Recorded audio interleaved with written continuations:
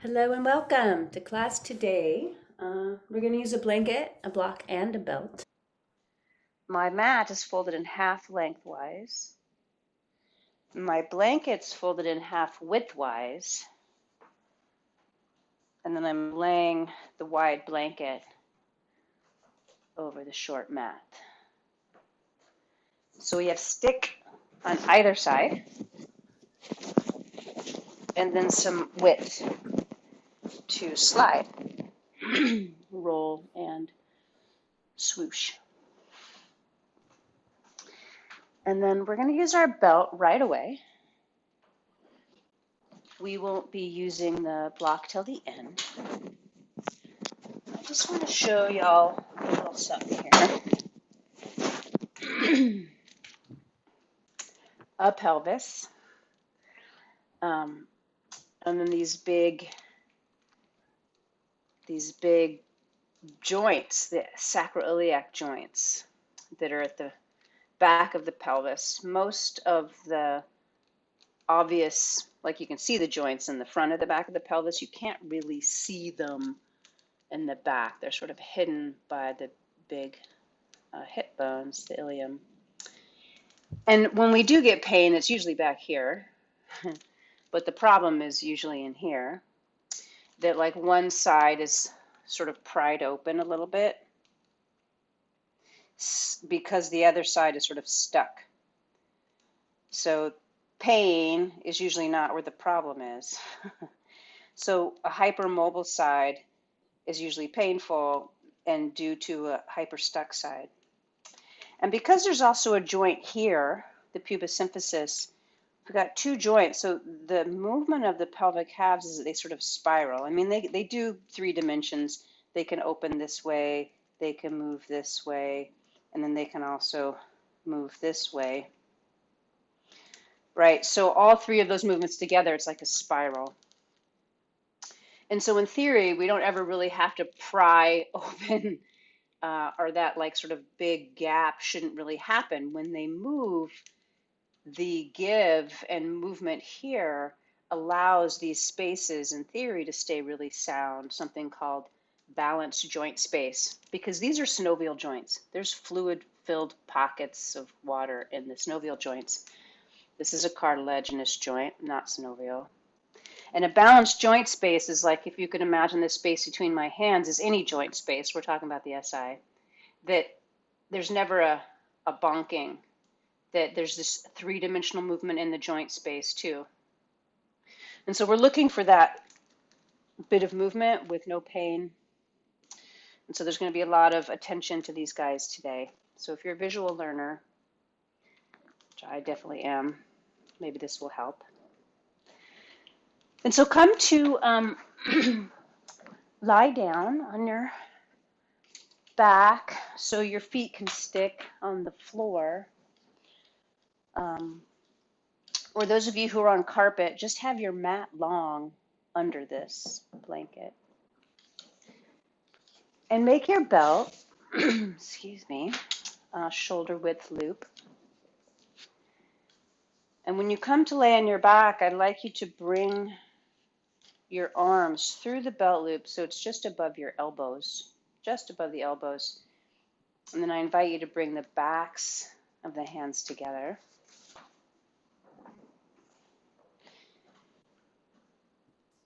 Feet wide as if there was a sticky mat, as wide as your sticky. Knock your knees together. And this very specific placement of the arms through the belt, backs of hands together on the chest, is intentional. Before I say what my intention is, so you got to deal with the belt sort of on the solar plexus. So if it feels claustrophobic, you could lose the belt, or if it feels like too much weight, lose the belt. Or use the belt for feedback to breathe into the solar plexus gently. And with this, I call it an arm pile. We've sort of piled our arms onto the chest. And And this allows the weight of the shoulders to drop back, freeing the neck in theory.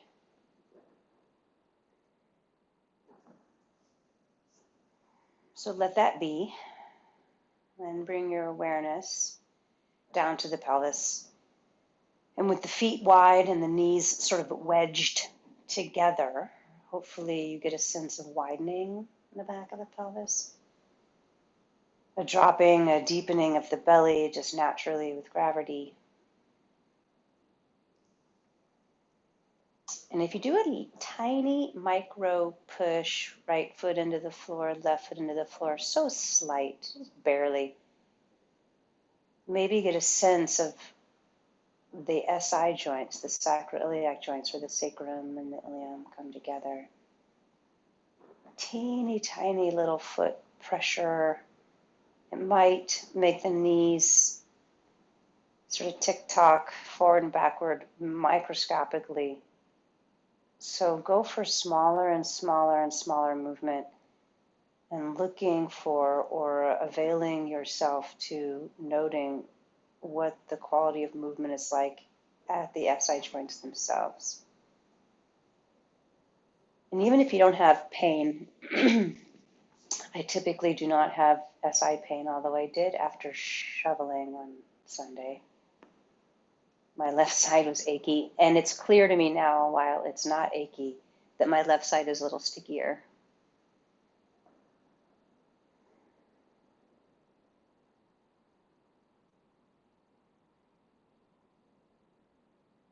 So to clarify, on Sunday, my SI joint wasn't achy, but my low back on that side was, and my butt cheek on that side was.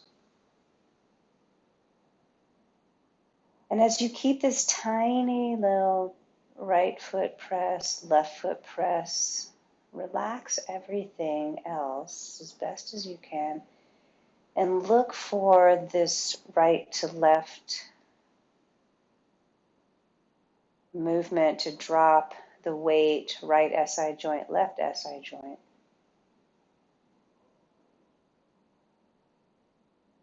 When the right foot pushes down, it'll be the left SI joint that drops. When the left foot pushes down, it's the right SI joint that drops. And can you notice if that can ripple up the spine? Ideally rippling up all 26 vertebrae.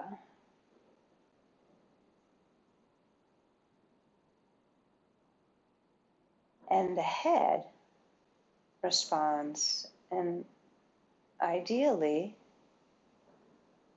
the natural progression of this tiny little weight shift, right to left, tipping sacrum left to right, turns into a teeny tiny twist. So when you push right foot and left SI joint gets heavy, the head rolls a little to the right. When you push left foot and the right SI joint gets heavy, the head rolls a little to the left, twisting the spine microscopically. And so you can stay with this super small movement. You grow it bigger if you want. The invitation is to push left foot down so much that the knees tip to the right and the head rolls left. And pause. Ideally, with the shoulders dropping back, that left shoulder stays heavy. You could tuck left shoulder blade back some if you need help heavying it.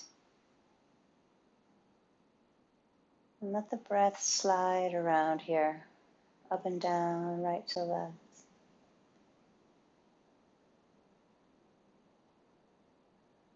Lengthening through the left outer hip, left front thigh, diagonally across the torso, right side neck, right side chest.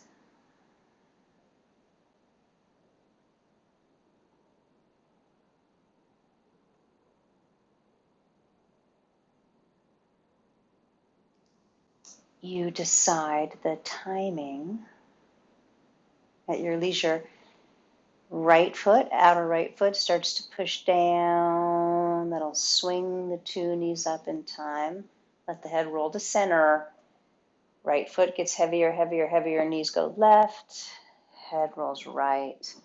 Hopefully right shoulder stays heavy. And so this class isn't so much about the shoulders as much as this is about the hips and legs and twists.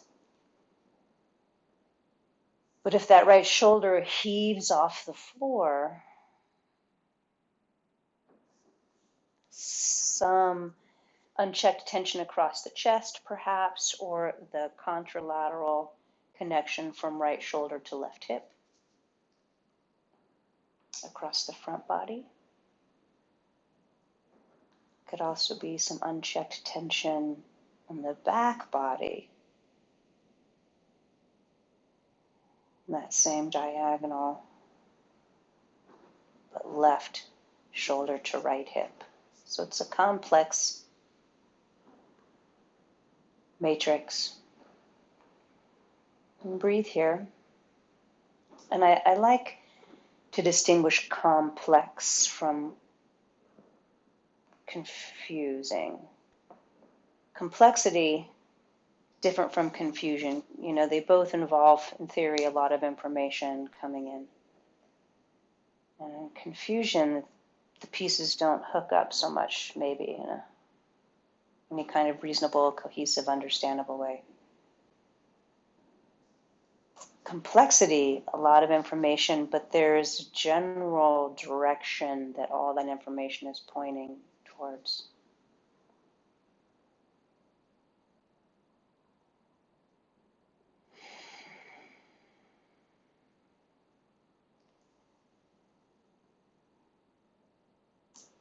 As you're ready, left foot digs down, and bringing left knee up, right knee will swing up. Pause in the middle. You could repeat the wide-footed twist, otherwise feet waggle together, knees waggle together, legs together, and then keep the feet together like one foot. So tipping now, knees to the right, but the left foot, it's going to come up off the floor, right? Because the two knees are sort of stuck together. Let the head roll left. It's going to be harder. It's going to be a bigger ask for that left shoulder. So you could certainly land somewhere in between wide feet and feet together. And the narrower the feet are, the more we're asking of the spine itself, the less we're asking of the hip sockets, and probably a little less we're asking of the SI joints, but still a little bit of movement in a lot of places.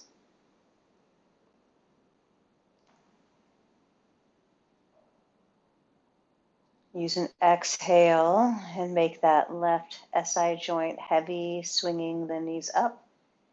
Head responds, sweeping through center, knees to the left, head rolls right. Couple few breaths this way.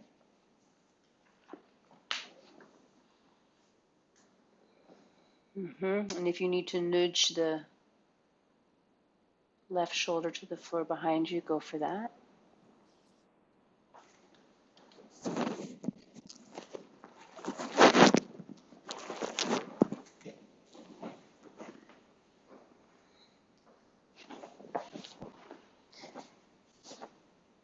And in the spider webby matrix of all the parts, any gesture of releasing or engaging, in theory, has an impact on the whole package. So be curious.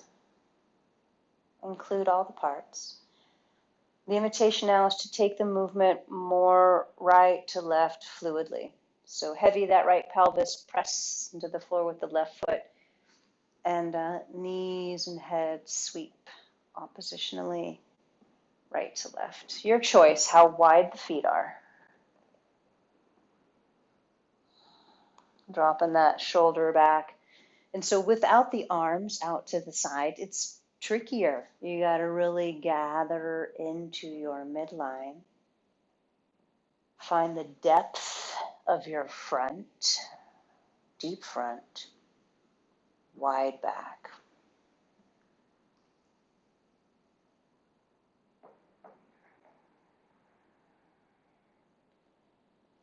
One or two more.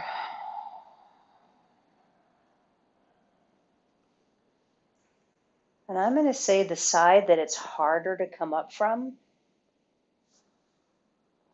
there might need to, like, it's harder for me to come up from my left. So, I mean, I've got work to do. My left side is a little bit estranged. Pause in the middle. Take the arms out of the loop, or bring the loop up rather, so it's to the outer wrists. Press wide against it and slowly, full body, long arms, long legs. Pressing wide with the arms against the belt can be helpful if the shoulders are a little tricksy. And stay nice and long. And now the heels are on some sticky heels. And so dig the heels into the floor and slowly point and flex. So you're rocking on the heels. Usually we do this quick, bouncy bus. So if you're rocking on the heels, now feel as you slow-mo point flex, also rocking on the pelvis, also rocking on the convex curve of your thoracic spine, upper back, and your head. All these primary curves, they call them, are rocking in unison. And so you could check back in with those SI joints, and are they rocking? Or is one sort of stuck? Is one hurt? Can you sync them up? And feel free to pick up the pace if you love it. So it's super sloshy, super wiggly, but still letting everything rock. Next exhale of your choosing. Baby ball, curl it in. Keep the belt. You can just go slack as you give yourself a baby ball hug. This next move, couple options. Plop left foot on floor. And the invitation is to make the belt loop long enough. You could put your right leg in it to the back of the knee, and long enough that you could slip the other end of the loop over your head, right? And so it's at the back of the neck, but I'm aiming for it to be on these bulky upper trapezius. It's not like in the curve of the neck. Now, some of you might be like, no way am I looping that belt around my neck. And if you've got good reason, then you've got good reason. So just hold the knee. I would like to be able to, first of all, get the pressure points on the top of those upper trapezius. And I want to have my arms overhead and let the belt do the work. So two choices. Loop-de-loop, neck to knee, upper traps to knee more accurately, or hold your knee.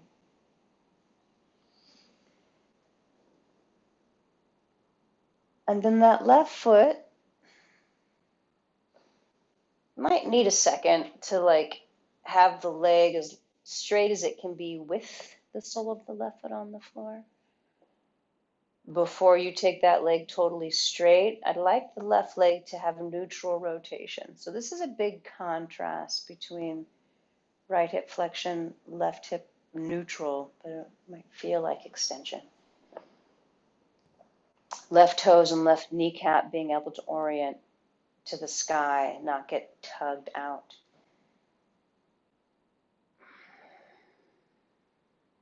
So you have to work all those pieces out. And then if you've got the organization to point and flex that left foot, when you point, soften the weight of the right leg. So pointing left foot, more contrast between two pelvic halves. And then when you punch through the heel, a little less contrast between the two pelvic halves. So left foot can be slow-mo point flex.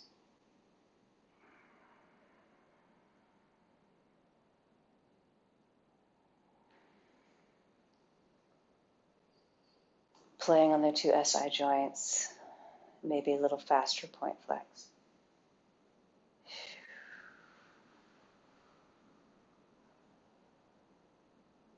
Sweep the left foot, left leg towards the right, adduct it.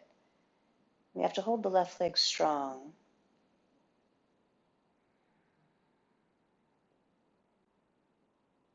In theory, still left toes, left kneecap oriented towards sky. And the outer left foot, a little longer. Some of the work from last week, inverting left foot. So sole of left foot is shining more, almost like you're turning the sole of the left foot towards your bum, towards your right foot. Might have to dig the heel into the floor to make it stick a little bit, turning on the back of that left leg. 2 more breaths. Long through the front left hip, soft through the front right hip.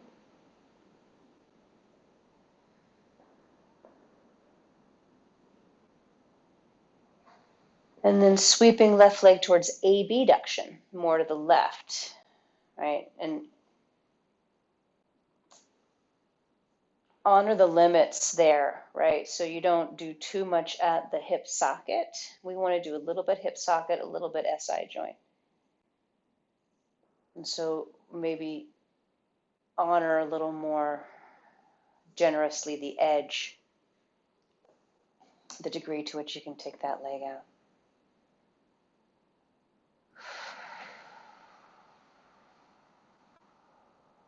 Exhale forever.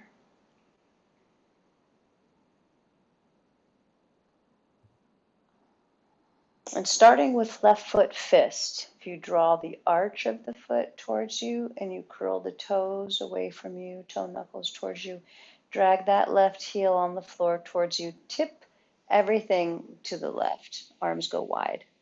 So that right knee sort of follows you, and so if you were holding that right leg, just brace it with your left hand, and I'm going to do that with my left hand anyways, even though I've got the belt.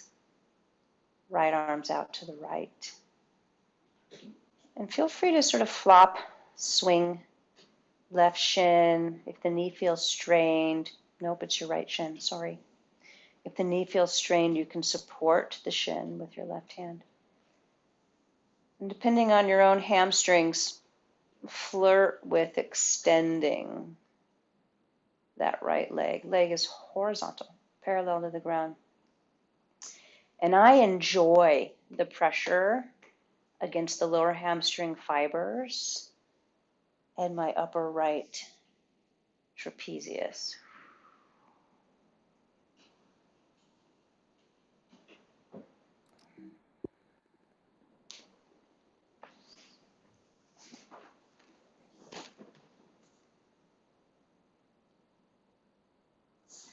One or two more breaths here, or more, or fewer. Can you leave left leg where it is, and whether right leg is straight or bent, turn the right leg towards the sky. So now it's a pretty big ask across the pelvis.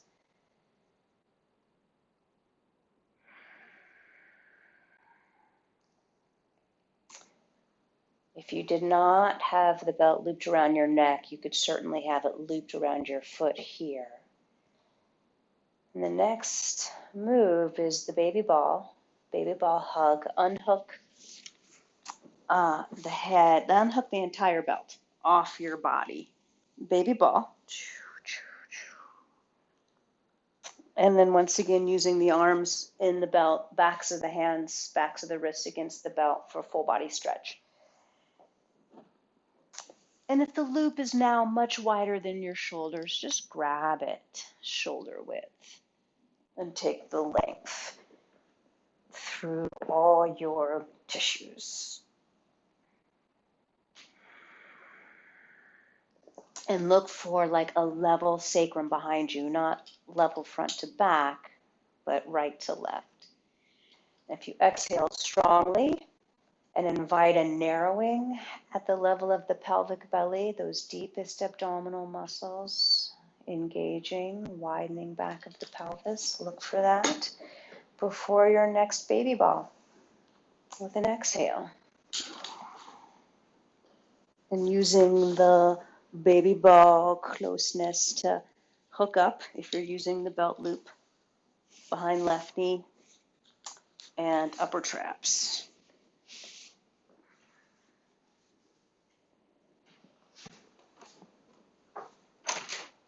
And then taking your time, this is my spot, taking your time to straighten the right leg. And it doesn't even have to go all the way straight, quite honestly. Using the opportunity to have arms up alongside your head or up and out like a V shape. Just freeing the armpit chest a little bit.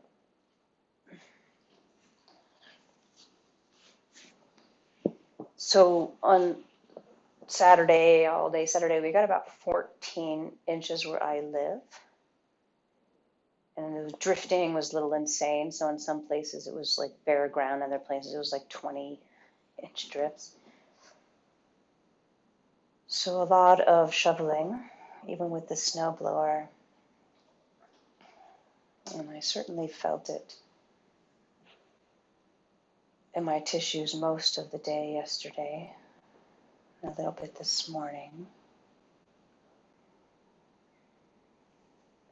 If you haven't started the point flex right foot, give that a go. Check out the nodding at the level of the pelvis, ribs, head. But the left leg being caught here, it changes it, right? So more nodding at the level of the right SI joint, not so much the left.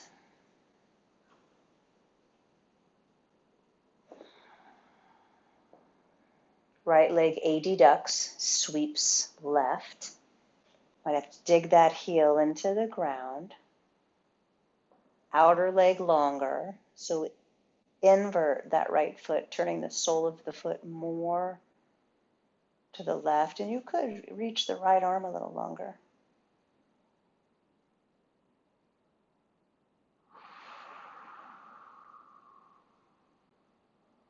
Exhales are the lengthening breath, or the grounding breath, or the relaxing breath, the letting go breath.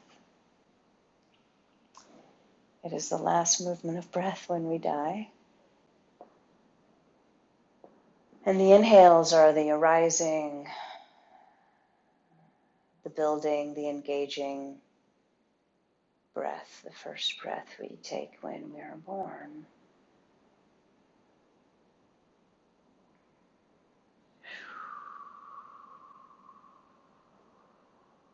Check your bias with breath.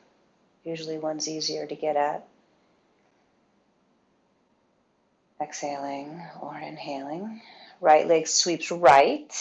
And check that abducting movement, balancing how much you do at the hip socket and that the SI joint also can encourage the widening, the moving to the right of that right leg. No pain anywhere.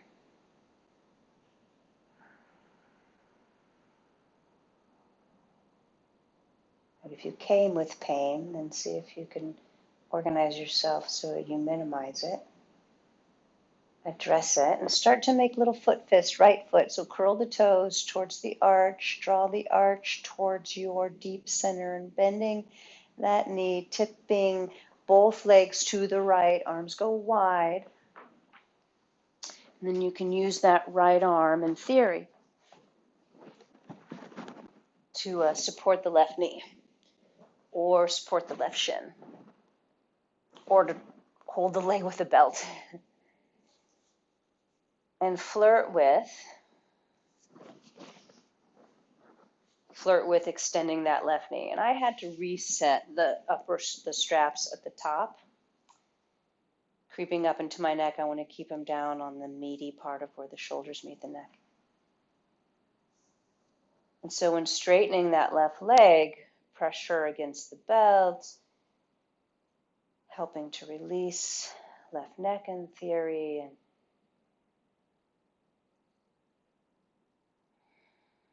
because this left side is my stickier side, I'm feeling the need to sort of roll left hip crease, outer left hip, left sit bone away from my side waist with the help of the tension of the belt.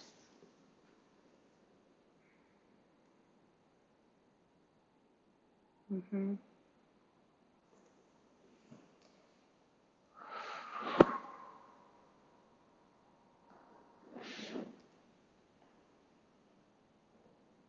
See if you can let right leg stay where it is. Doesn't matter if left knee is bent or straight, but turning left leg towards ceiling, opening pelvis away from right leg.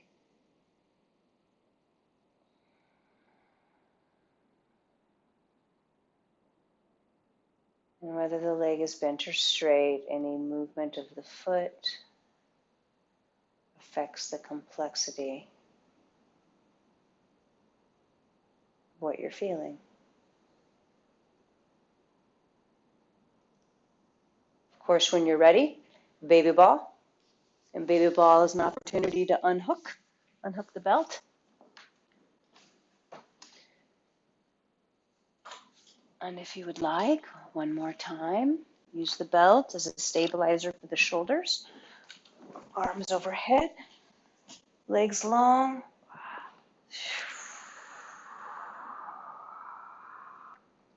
Dig the heels into the floor, grabbing the floor with the heels, point the toes, and then punch through the heels, slow or fast.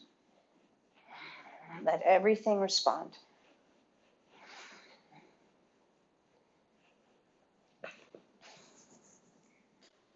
And then pause. Pause, land, whatever shape feels good.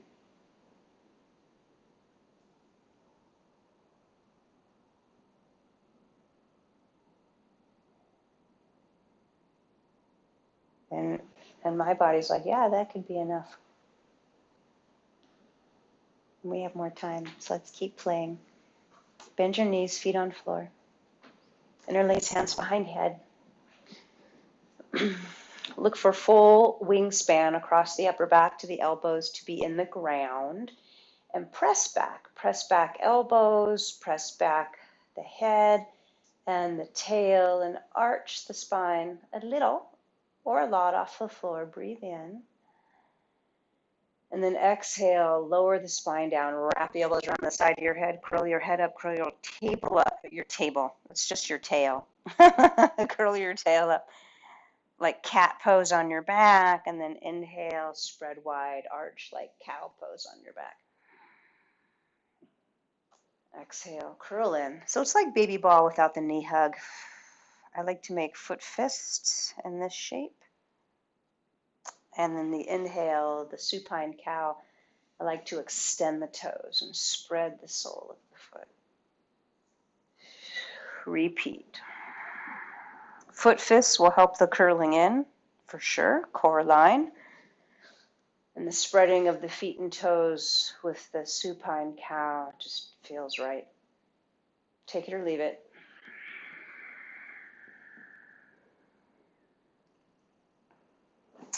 One more. Inhale, back bend. Exhale, curling in. Return head and shoulders down. Relax your feet, knees stay bent. And then side bend, sliding. Left elbow reaches down. It won't get all the way to your outer left hip, but a side bend, that's the inhale. Exhale as you sweep through center, inhaling to the other side. right side bend. And exhale through center. This is the new pattern. Inhale, left side bend. And stay with this move, however slow or fast, and noticing the lengthening side, head-tail connection. So head and tail both pointing left, head and tail aligned to center, head and tail both pointing right. And this is the movement in the SI joints that would be more on the sagittal plane. You know, we've done some of this horizontal plane movement, and then we've done more of this frontal plane movement. This is a little more, I mean, they're all three-dimensional, but highlighting.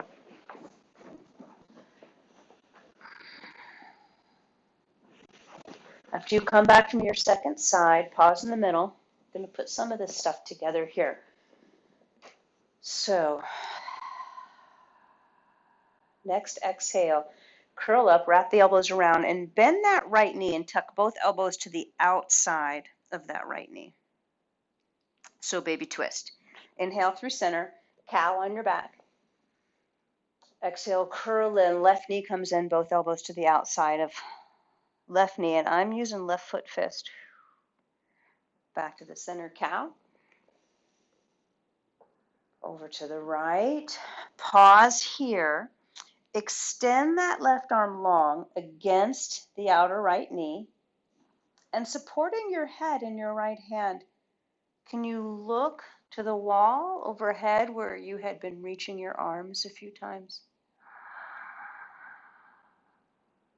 And then exhale, curling back to the middle, landing in the middle, cow on your back in the middle.